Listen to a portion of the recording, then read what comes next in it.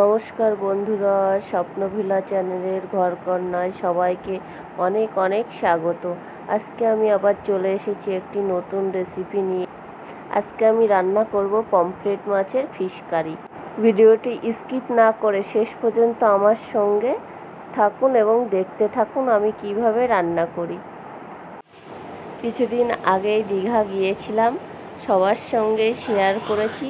সেখান থেকে পমফ্রেট মাছ নিয়ে এসেছি, নিয়ে পমফ্রেট মাছের ফিশ কারি রান্না করেছি। একদম ঘরোয়া উপকরণে রান্না করেছি। এই যে দীঘায় যে মাছ বাজারে গিয়েছিলাম, কত মাছ দেখুন, কাঁকড়া, ইলিশ মাছ, পমফ্রেট মাছ, তারপরে শঙ্কর মাছ, বিভিন্ন রকমের মাছ। এই যে আমরা এই দোকানটা থেকে পমফ্রেট মাছ নিয়েছিলাম, 5 কিলো পমফ্রেট মাছ নিয়ে এসেছিলাম। পুরো এবার দেখুন দোকানটা পুরো ফাঁকা হয়ে গিয়েছে। মাছগুলি কিন্তু একদম টাটকা সতেজ।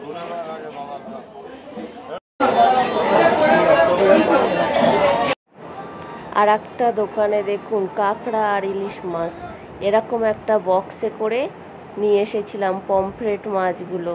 এবার বক্সটা বাড়ি এনে খুলেছি, এই যে বরফ দিয়ে নিয়ে এসেছি, একদম টাটকা আছে মাছগুলো। এবার মাছগুলি বক্স থেকে বের করে আমি কেটে ধুয়ে পরিষ্কার করে নেব।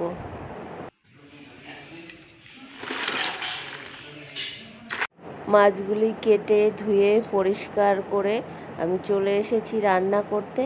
মাছগুলো এই যে মধ্যে মধ্যে এরকম চিড়ে দিয়েছি, যেন মশলাগুলো, লবণ হলুদগুলো মাছগুলোর মধ্যে ঢুকে যায়। মাছগুলো আমি আস্তেও রেখেছি, কেটে ভাগ করে দিইনি। মাছগুলো কিন্তু ভালোই বড়। মাছগুলো এবার আমি লবণ হলুদ মাখিয়ে নেব। দিয়ে দেব লবণ, দিয়ে দেব হলুদ, দিয়ে ভালো করে 10 মিনিটের জন্য মাখিয়ে আমি রেখে দেব। মাছগুলো আমি লবণ হলুদ মাখিয়ে রেখে দিয়েছি। রান্নার জন্য একটা উনুনে কড়াই বসিয়ে দিয়েছি। কড়াটা গরম হয়ে গিয়েছে, কড়াই দিয়ে দেব সর্ষের তেল মাছগুলি ভেজে নেওয়ার জন্য। তেল গরম হয়ে গেছে, এবার তেল দিয়ে ধোঁয়া উঠছে। মাছগুলো এবার আমি সব এক এক করে ভেজে নেব।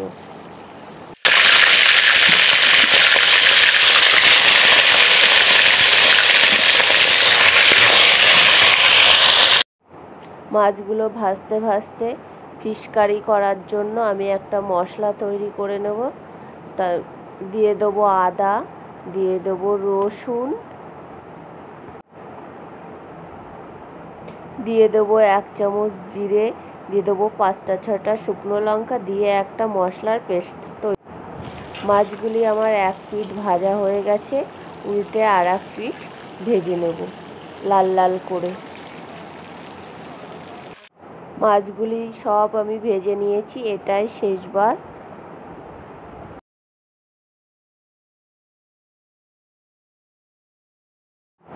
এই যে মাছগুলি এরকম আমি ভেজেছি লাল লাল করে, একটু শক্ত শক্ত করে। এবার মাছ ভাজা ওই তেলেই দিয়ে দেব আমি পেঁয়াজ কুচি, দিয়ে দেবো জিরে ফোড়ন, দিয়ে পেঁয়াজগুলো জিরেগুলো ভালো করে লাল লাল করে ভেজে নেব। তারপরে দিয়ে দেবো যে আদা রসুন লঙ্কার পেস্টটা করেছিলাম, পেস্টটা দিয়ে ভালো করে মশলাটা কষিয়ে নেব। মশলার কাঁচা গন্ধ না যাওয়া পর্যন্ত মশলাটা ততক্ষণ আমি কষাবো। মশলাটা তেল ছেড়ে দিয়েছে, এরকম অবস্থায় আমি দিয়ে দেবো জল। অল্প জল দেব, বেশি জল দেব না। গ্রেভিটা গা মাখা হবে, তবেই খেতে সুন্দর লাগবে। গ্রেভিটা ফুটে উঠেছে, এবার দিয়ে দেব হলুদ, দিয়ে দেব লবণ। এবার আমি মাছগুলো দিয়ে দেব গ্রেভির মধ্যে।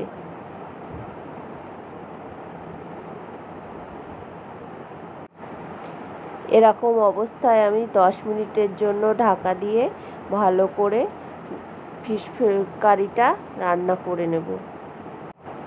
10 মিনিট পরে ঢাকাটা তুলে আমি দেখে নেব কেমন হয়েছে ফিশ কারিটা। দেখুন কত সুন্দর হয়েছে। গ্রেভিটা এরকম গা মাখা হবে, তবে খেতে সুন্দর লাগবে, একদম জুচি মতো। নামানোর আগে দিয়ে দেব গরম মশলা। এবার আমি নামিয়ে নেব। ফিশ কারি রেসিপিটি যদি ভালো লাগে অবশ্যই লাইক, কমেন্ট, শেয়ার, সাবস্ক্রাইব করবেন আমার চ্যানেলটিকে। একদম ঘরোয়া উপকরণে রান্না করেছি। সবাই আমার পদ্ধতিতে একবার হলেও রান্না করে খেয়ে দেখবেন, খুবই ভালো লাগবে। অন্য আরেকদিন হাজির হব আরেকটি নতুন রেসিপি নিয়ে। পমফ্রেট মাছের ফিশ কারি গরম গরম ভাতের সঙ্গে পরিবেশন করার জন্য একদম তৈরি। আজকের ভিডিওটি এখানেই শেষ করছি। ভালো থাকবেন, সুস্থ থাকবেন। ধন্যবাদ। Tata, bye bye.